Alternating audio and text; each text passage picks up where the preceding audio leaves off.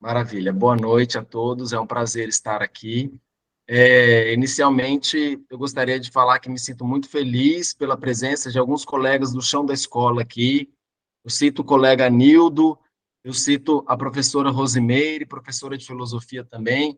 Eu cito a Maria Silvaneide. É um prazer ter vocês aqui. E gostaria também de agradecer a presença do mestre Junô, do grande mestre Pedro Gontijo também, que me formou, e dos colegas também do meu programa. Tá? Eu preparei um texto, vou ler para buscar cumprir o meu horário. Vamos lá, então. É importante falar que estou aqui antes como professor de filosofia de uma escola pública do interior de Alagoas, do que propriamente como filósofo, investigador, alcunhas que pressupõem talvez uma clareza e um rigor teórico que eu ainda estou a engatinhar. Não falo isso para me eximir de tais exigências necessárias e imprescindíveis, mas para evidenciar que o que tem motivado a minha pesquisa ainda embrionária são problemas que se apresentam no dia a dia de um professor comum nesse território, nesse momento histórico, nessa atual conjuntura e com todas as idiosincrasias que me são próprias. Afinal, entendo que quando o assunto é educação, estamos falando de vidas. A minha fala, pessoal, vai ter um diálogo muito grande com a contribuição da Gabi. Vários apontamentos que ela já trouxe, a gente vai estar criando aqui um diálogo, acho que muito próximo, pelo menos no quesito do que incomoda, do incômodo, desse comichão que tem atingido todos nós, professores, principalmente da escola pública. Então, sou recém-ingresso do Prof. Filo e não posso deixar de louvar essa iniciativa majestosa que permite que trabalhadores como eu e vocês adentrem as torres de marfim que ainda são nossas universidades. Louvo também os professores desses tempos sagrados que insistem em profaná-lo. Passada essa longa apresentação, né, darei início. Minha proposta de diálogo tem como título Por uma outra concepção de trabalho. Eu enviei um resumo, eu perdi o resumo que eu enviei, mas eu estou dialogando diretamente com ele. O meu computador estragou, então eu terminei tendo que pensar, mas está dentro do nosso debate, do nosso contexto. Currículos, né, e tudo mais. Poderíamos fazer uma longa análise das condições de trabalho, tanto nacional quanto global. Feito isso, não seria incomum entrarmos em desespero olhando tal gravura. Nós temos sociólogos do trabalho incríveis em nosso país que têm se debruçado profundamente sobre essa temática. Ricardo Antunes, em seu livro Adeus ao Trabalho, defende a tese de que não há capitalismo sem trabalho. Esse é o ponto de partida fundamental para pensar. Mas que trabalho? Qual é o trabalho indispensável ao funcionamento da máquina capitalista? Tem como objetivo alguns aspectos que espero ser capaz de lançar ao menos um feixe de luz com minha fala e convidá-los antes ao debate do que a expectativa de respostas e soluções, em geral, meramente reformistas. Acho que de reformas já estamos cheios, a casa ruindo e a gente reformando para tentar mantê-la em pé. Os principais pontos que eu vou tentar abordar são três. O primeiro, a centralidade do trabalho nas sociedades contemporâneas. Segundo, a compreensão de que a escola, independente da vertente pedagógica ou do currículo, gira em torno da ideia de trabalho. A questão é qual ideia de trabalho está sendo defendida e corroborada na escola. E a terceira é uma pergunta, né, fazendo referência a um campo nazista em Auschwitz, que trabalho liberta? Então, um pouco sobre o meu projeto de pesquisa. O projeto é uma análise comparativa entre que concepção de trabalho que está presente nos currículos, nas leis e nas práticas, primordialmente as escolares, e ver como essas perspectivas moldam a forma como os trabalhadores concebem o trabalho, e como uma outra concepção, nascida da praxis e não exclusivamente da teoria, poderia abrir um novo mundo e outras possibilidades de ser ou um novo modo de vida. Aqui temos um conceito em disputa. Que concepção de trabalho as escolas têm reforçado?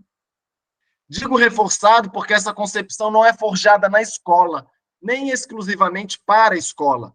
Ela é concreta e está espraiada por toda a sociedade, desde o lar, como denunciou Marx no manifesto, nas relações particulares, atravessando todas as relações sociais e econômicas necessárias à reprodução da vida e da existência social. Até o Congresso, os tribunais e palácios, a escola é só um ramo desse grande espinheiro.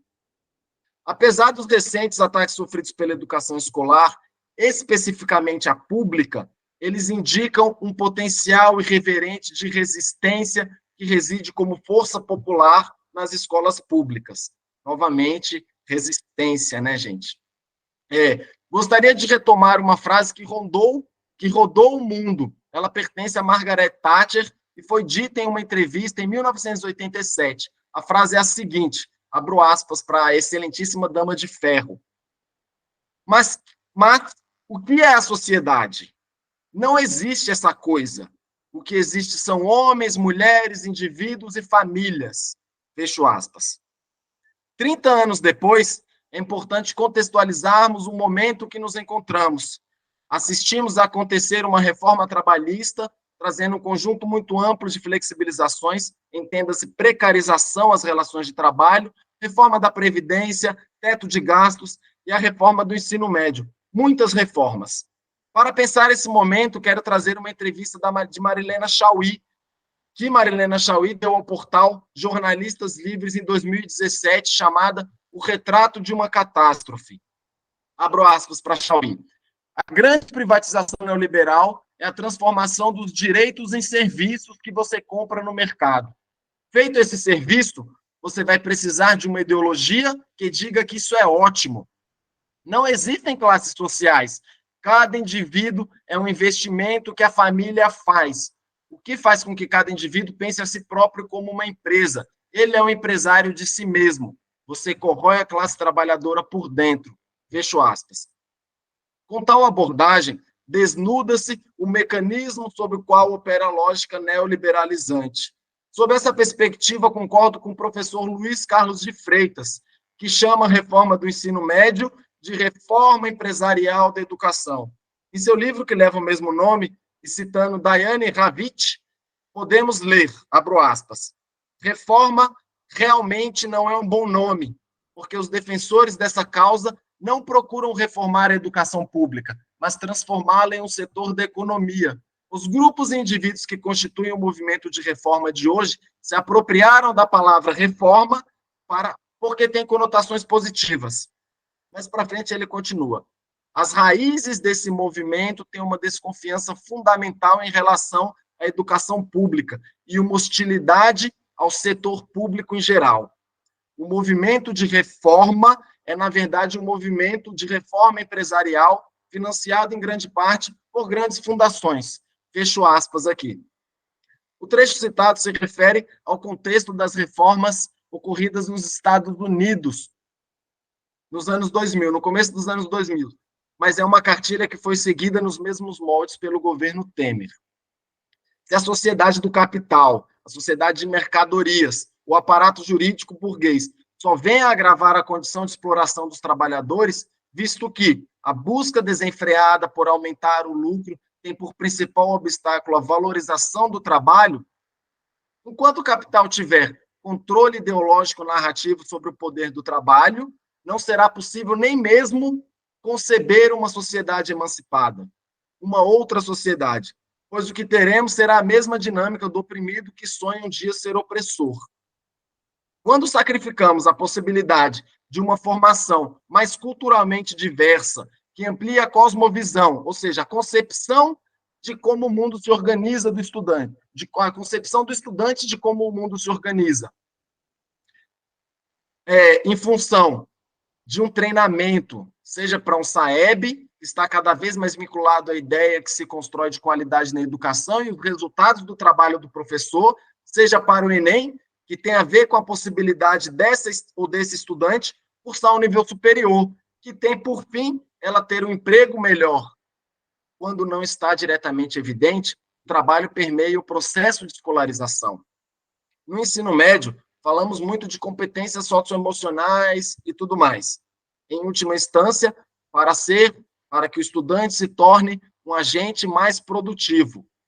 Mas podem me perguntar, mas isso não produz qualidade de vida? Sim, produz uma melhora na qualidade de vida sob muitos aspectos, mas não produz uma concepção emancipadora de trabalho, como relações humanas, intervenção humana, uma preparação para a superação do trabalho alienado. Continua conservando o mesmo estranhamento. Não tenho propriamente uma resposta. Muitos pensadores têm enfrentado tal problema. Gramsci, Manacorda, Coenze, Ciavata, Frigoto, entre outros.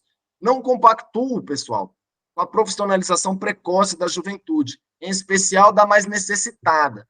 Minha hipótese é que o papel disruptivo e transgressor da escola talvez resida no poder que ela tem de auxiliar que o trabalhador se veja como trabalhador que é, não como empreendedor, chefe de si, único responsável pelo sucesso pessoal, o self-made man encarnado.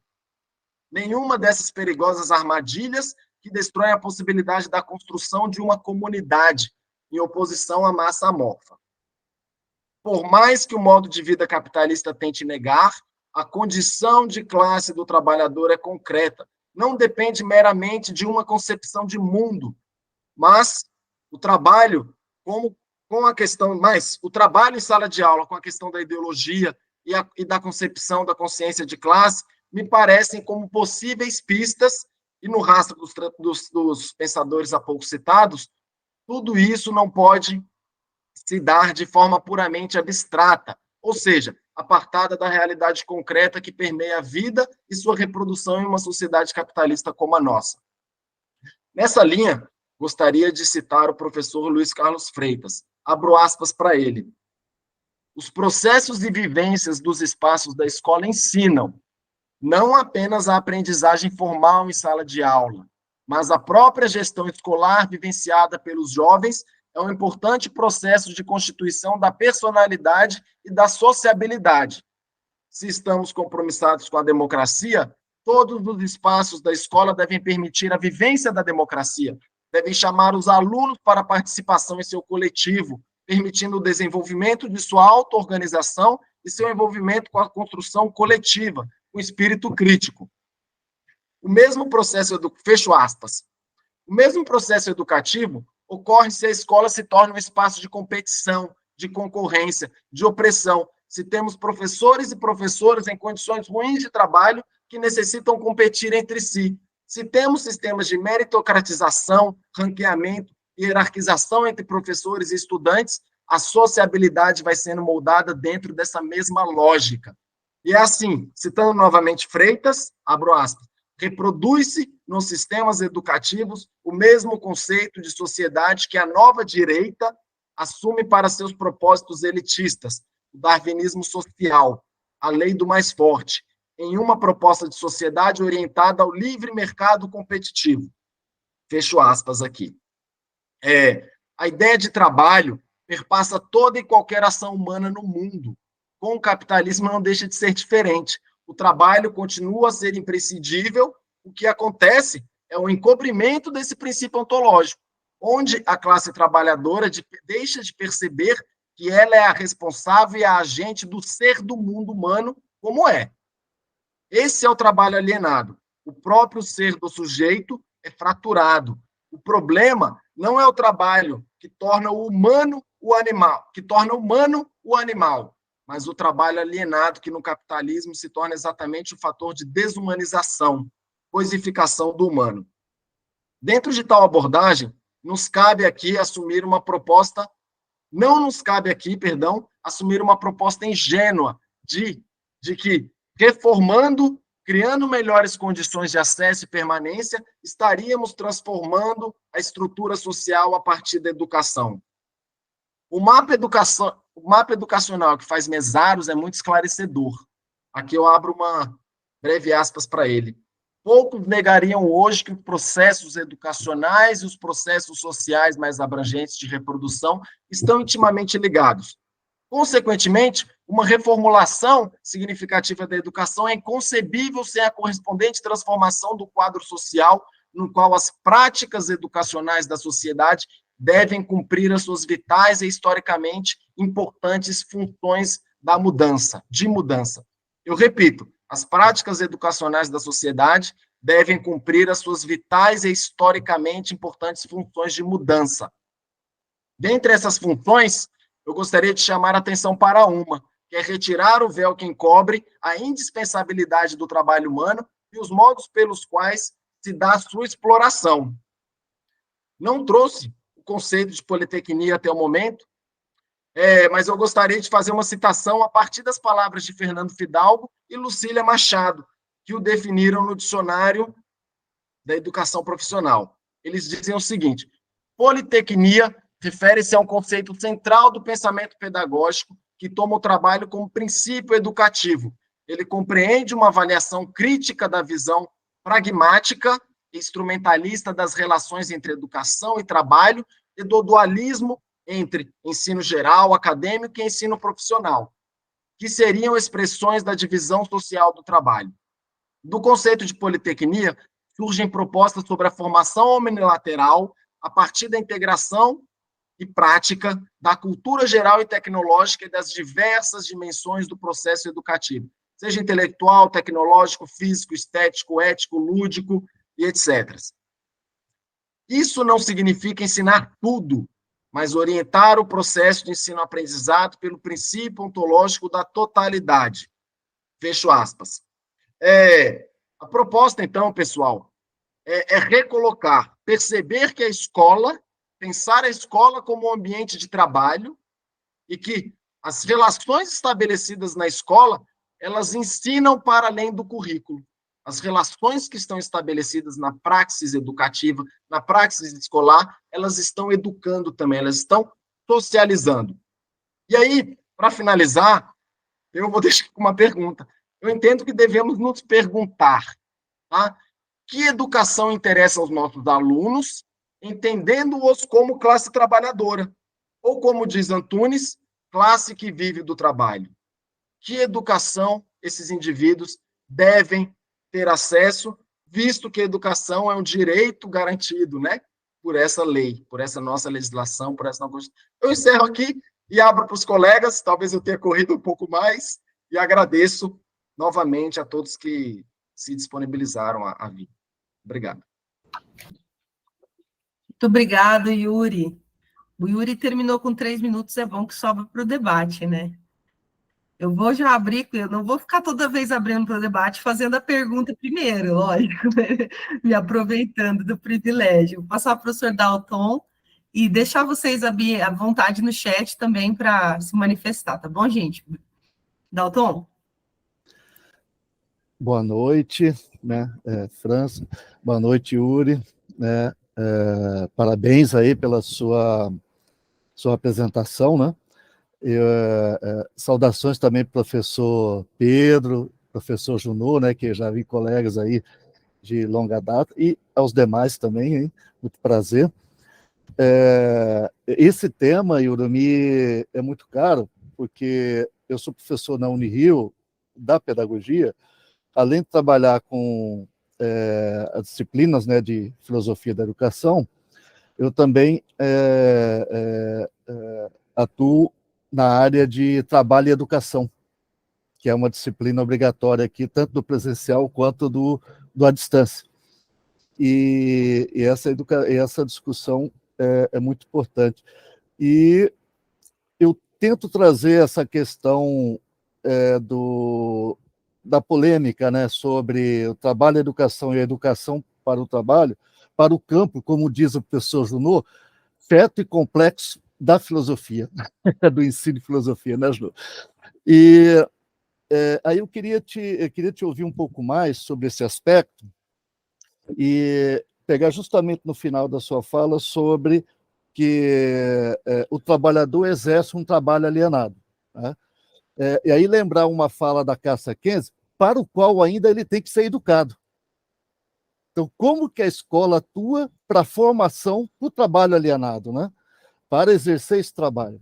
Então, considerando que a escola ela educa para o trabalho alienado, uma vez a filosofia no currículo, como devemos pensar o ensino de filosofia nessa escola que forma? É para legitimar a educação para o trabalho, ou como ela pode ser, digamos assim, um sinal de contradição, né? Como que a filosofia no currículo pode também ensejar uma educação contra-hegemônica. E a gente poderia até lembrar aqui os dois conceitos de Marx, de formação para o trabalho complexo e formação para o trabalho simples.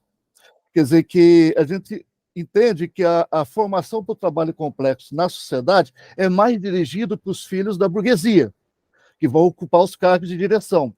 E a escola pública, que, em tese, em geral, é a escola para os trabalhadores, e aí eu digo para e não dos trabalhadores, porque ela é feita para os trabalhadores, por quem não é trabalhador, mas dele precisa. Então, a escola é pensada a partir dos interesses desse que não é trabalhador, mas para aquilo que eles precisam dessa classe trabalhadora. Então, aquilo que o trabalhador, enquanto ser humano, precisa, não é levado em conta. Tanto que é assim que na origem da escola pública no período moderno, e aqui no Brasil, digamos, quando se cria o Senai, o Senac, né, o Sistema S, o que o Getúlio Vargas, na década de 40, chama para pensar a educação profissional? Ele faz assembleia de fábrica para pensar, pegar o que os trabalhadores querem para a melhor formação sua para o trabalho, educação profissional, né, na escola. Ele ouve os sindicatos trabalhistas, os partidos, os intelectuais ligados aos trabalhadores, nem pensar. Ele chama a Fiesp e a CNI para pensar com ele a formação do Sistema S. E a quem serve o Sistema S? A gente pode dizer que ali nasce um projeto nacional empresarial de educação para o trabalhador, inspirado nesse projeto que já nasce com o projeto de escola pública burguesa, que o Adam Smith registra bem, né? Educação escolar para o operário, sim, mas em doses homeopáticas. E aí, quando a filosofia entra no currículo, eu fico pensando, né? Que filosofia vai entrar no currículo do ensino médio para a formação de que trabalhador? Por trabalho alienado? Ou ela vai atuar, e como, né? Para ser uma educação contra-hegemônica? Isso eu acho que é um dos principais gargalos nossos. Inclusive com muitas concepções pedagógicas de ensino e filosofia aí, aparentemente revolucionárias, mas que desconhecem essa questão. E aí eu pergunto, né? Até que ponto eles não estão fazendo o jogo do sistema? Mas aí é outra discussão. Então, a partir do seu referencial, queria que depois você comentasse um pouco mais sobre isso. Desculpe me alongar. Obrigado. Yuri, posso fazer aquela clássica rodada de 3? Perfeito. Anildo.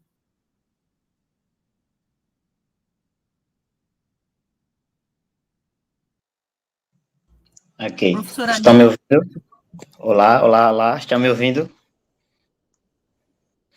Essa nova modalidade é um pouco estranha, né? A gente nunca sabe se está sendo ouvido ou não. Então, parabéns, viu, mestre Yuri, pela apresentação. Como coloquei aqui no chat, muito, muito rica essa noite.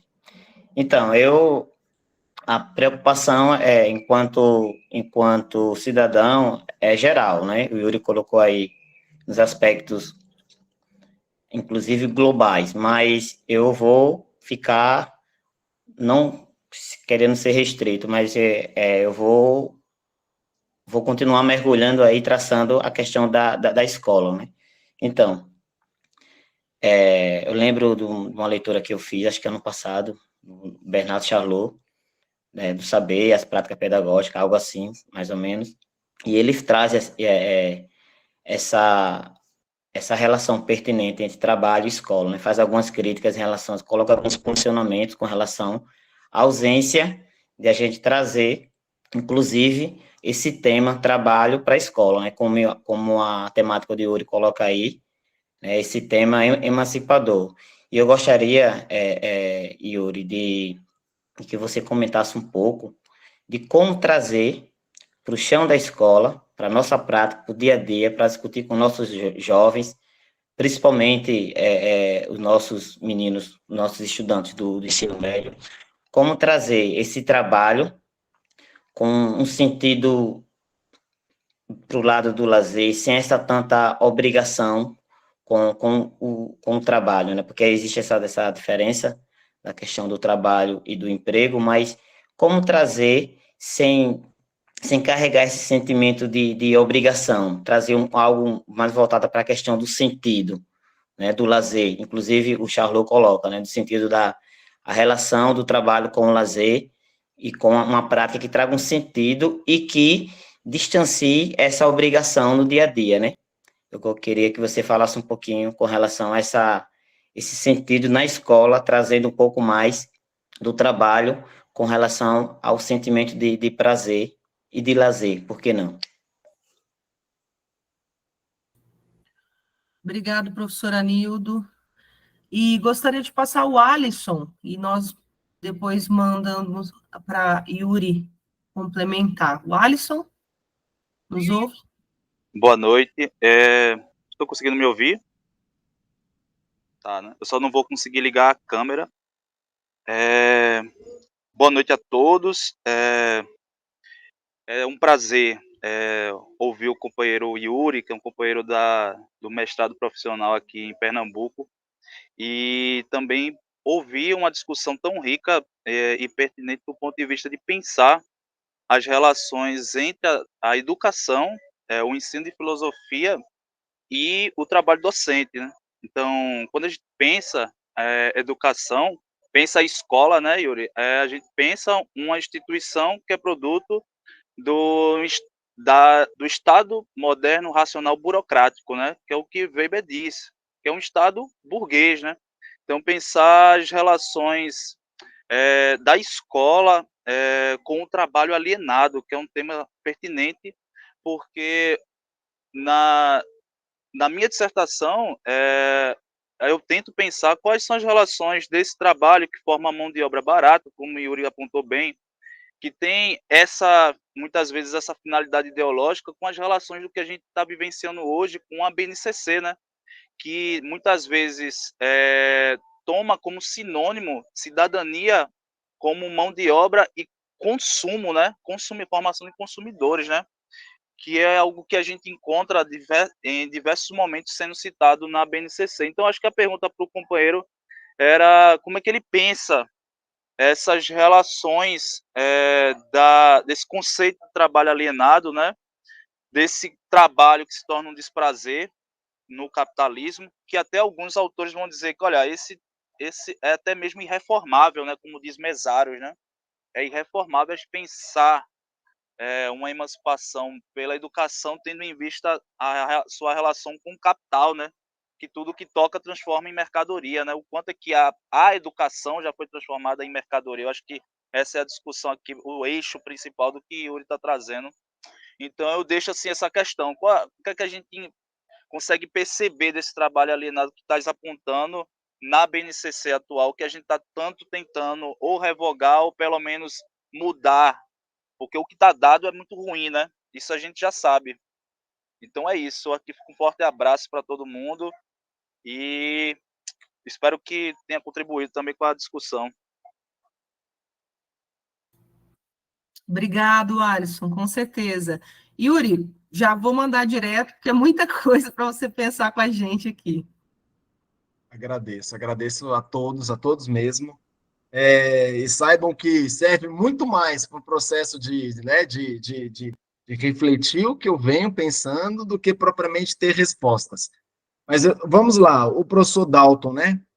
Ele coloca, digamos, dentro dessa conjuntura que a gente descreveu, como onde entra, talvez, a filosofia, né? Nesse contexto. O que a filosofia, talvez, qual o peso da filosofia? O que a filosofia pode, em alguma medida, dentro dos seus restritos, né? 50 minutos semanais, o que ela pode fazer dentro da sua hora-aula semanal ali para realizar? Primeiramente, eu acho que eu gostaria de fazer um esclarecimento, que eu acho que é importante.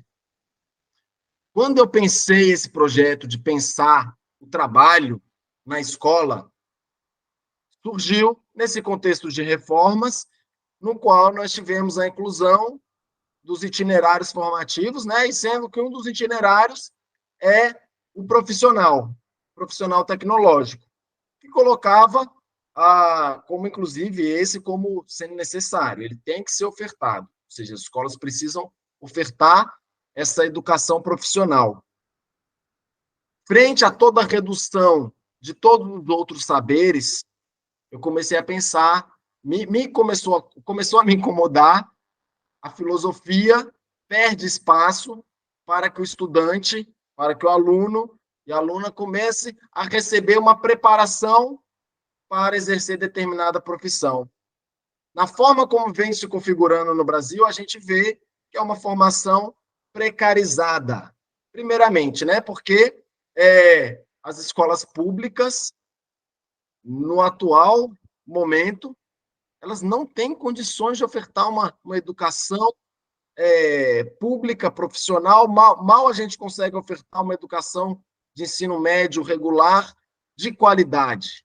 Como que a gente vai fazer um plus sem exatamente a gente poder estar fazendo um investimento, tanto em profissionais, qualificando profissionais, quanto em termos de estrutura também. Eu penso que a filosofia, dentro desse seu parco momento, e aqui talvez eu faça uma referência indireta a um texto do professor Junot, em que ele, da disciplina que a gente está cursando, em que ele traz a enorme esperança que se criou, talvez, em torno da ideia de se ter um filósofo nas escolas. O que poderia representar você ter um filósofo na escola, para além apenas de um professor, um técnico, um burocrata que vai ali cumprir o seu currículo, já previamente construído, dá a sua aula, ponto final, faz a sua avaliação, dá suas notas e vai embora. Qual será que seria esse potencial desse professor de filosofia, essa pessoa que estudou filosofia, dentro de um ambiente escolar que vise, que preza, ao menos na forma da lei, uma estrutura democrática, por exemplo, uma estrutura inclusiva, né? Eu acredito que a filosofia ela tem que assumir, assim como o Mesaros trouxe esse papel, na frase que eu li, talvez o papel não revolucionário, tá? Mas de auxiliar que o trabalhador, a classe trabalhadora, trabalhando conceitos, talvez, por exemplo, como consciência de classe, como ideologia, possa se perceber a sua real condição nesse mundo que já existia antes dos indivíduos, nesse mundo no qual a gente já nasce, nesse mundo no qual a gente já emerge. Então, eu penso, sim, nessa perspectiva da filosofia, sempre atrelada à vivência do estudante. Qual que é o mundo que o estudante traz de fora? Qual é a família? Os pais desse estudante, eles estão dentro de que contexto social, econômico? Acesso ao que ele tem? Esse estudante vai para a escola para poder fazer a refeição? Como que a escola pode articular essa realidade, né? Como que a escola pode, em alguma medida, fazer uso desses argumentos, dessa vivência, dessa realidade, dessa concretude, para poder pensar, para fazer com que a sua hora-aula semanal seja efetivamente produtiva e significativa para os estudantes. Então, o meu projeto, inclusive, ele busca tentar pensar isso. Eu perdi o fio da meada, só para encaminhar aqui. Essa educação contra-hegemônica, né, que o professor Dalton trouxe para a gente. Eu comecei a pensar o trabalho dentro desse contexto de reforma e implementação, né, do novo ensino médio. Mas a gente está vendo umas mudanças, uma incerteza. Eu estou começando a pensar, na verdade, eu busquei ampliar a minha concepção. Eu busco tentar compreender não só a escola, mas todos os estudantes que estão ali inseridos como trabalhadores futuros ou potenciais. Independente se ele vai estar fazendo uma educação tecnológica profissional, uma técnica profissional, ou ele vai estar fazendo um dos itinerários para ele acessar a universidade. Independente, ele é trabalhador, ele vai ser um trabalhador. Ele pertence ao que o Antunes, né, chama de classe que vive do trabalho. alguns com mais condições, melhores condições de vida, outros de forma mais precarizada ainda. Mas é tentar pensar essa perspectiva. E aí, talvez emendando aqui, eu vou pular para o Alisson, depois eu volto para o Anildo, quando ele traz essa questão do trabalho alienado, a BNCC, como a BNCC coloca essa questão, né, do trabalho alienado. Eu acho extremamente importante a contribuição do Freitas, quando ele diz que o espaço escolar, ele é o exemplo, ele forma a sociabilidade dos indivíduos. Se você tem professores que estão cada vez numa condição mais precarizada, por exemplo, condições cada vez piores de trabalho, que tipo de educação social, que tipo de experiência social ele está oferecendo para aqueles estudantes que estão inseridos dentro dessa realidade escolar, né? Porque a gente não pode negligenciar. A realidade fora da escola, que não são diferentes, é essa também. Então, na verdade, ele encontra mesmo.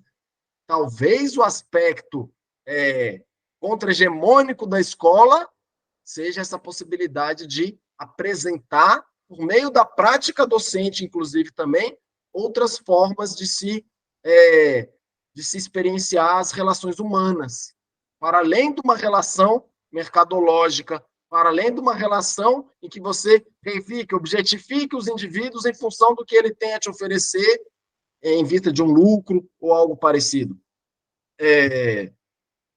A BNCC, com relação aos desdobramentos dela, e não só a BNCC, né, mas a própria reforma do ensino médio,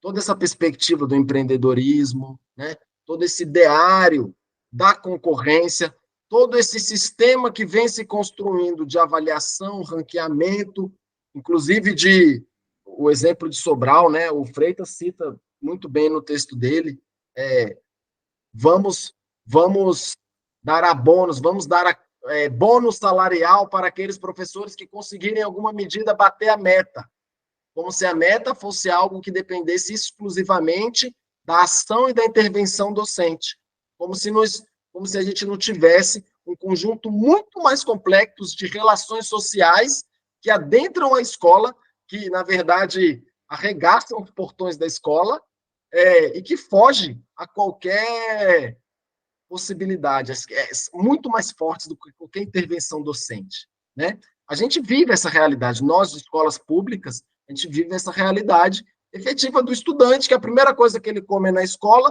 e a última que ele vai comer também é na escola, entende? Então, como que a gente vai criar como que a gente busca tentar, talvez, criar uma educação que possa, em alguma medida, ser contra-hegemônica? Apresentando, talvez, buscando mesmo de apresentar para o estudante que as coisas não precisam ser assim, desnaturalizando. Eu acho que essa é a melhor coisa que a filosofia pode fazer, desnaturalizar aquilo que está dado como único caminho, né? Essa via de mão única, como se só vai numa direção. Não, a filosofia pode trabalhar isso. De forma talvez extremamente simples, ensinando a questionar, a perguntar, né? Coisa que a gente faz, eu tenho certeza que todos nós fazemos isso. O meu problema talvez restituir o papel do trabalho, desde a prática docente até o currículo. Até não acreditar que você, dentro de uma disciplina eletiva, ensinando o aluno como né, teve os casos absurdos aí, mas como se tornar um vendedor melhor, ou qualquer coisa parecida, como empreender, qualquer coisa parecida, a gente vai estar efetivamente garantindo uma emancipação. Talvez a gente garanta, realmente, a gente dê ferramentas para que esse indivíduo saiba sobreviver melhor nessa selva, né? Mas, efetivamente, a gente não está, socialmente falando, a gente não está mudando nada, a gente está conservando, a gente está, né, conservando, criando formas dele permanecer e viver nessa selva. E agora, eu não sei se isso foi satisfatório, eu gostaria muito de fazer a observação. O Anildo trouxe a questão do lazer. Esse é um tema que eu converso muito com ele. Nós dois somos professores de uma escola de ensino integral, em tempo integral, e a gente percebe como o lúdico, o lazer, o momento de, na escola, se perder um pouco, né, o sentido tradicional, o sentido clássico de ócio, né? A escola, todo mundo está sempre muito ocupado. Todo mundo, os estudantes numa escola integral sempre estão muito ocupados, nós sempre estamos muito ocupados. Então, eu acho que o lazer ele tem um poder educativo no sentido de apresentar para o estudante uma nova sociabilidade, outras formas de se relacionar, que muitas vezes não é possível ser encontrada fora da escola. A escola ela pode permitir isso, um lazer que seja edificante, um ócio que seja edificante, não esse ócio que é capturado pelos, talvez para conversar com a Gabi, pelos dispositivos que controlam e regem a nossa vida, os nossos desejos, os nossos gostos, os nossos, o nosso, inclusive, o que diz para a gente que a gente deve comprar e não comprar, consumir e não consumir. Eu acho que é um pouco isso, gente. Eu acho que o lazer tem esse poder de desativar, talvez, esses dispositivos em alguma medida, né, para talvez usar uma fala agambeminiana, alguma coisa assim. Agradeço, eu não sei, passa a bola. Os colegas, se não estiverem satisfeitos, a gente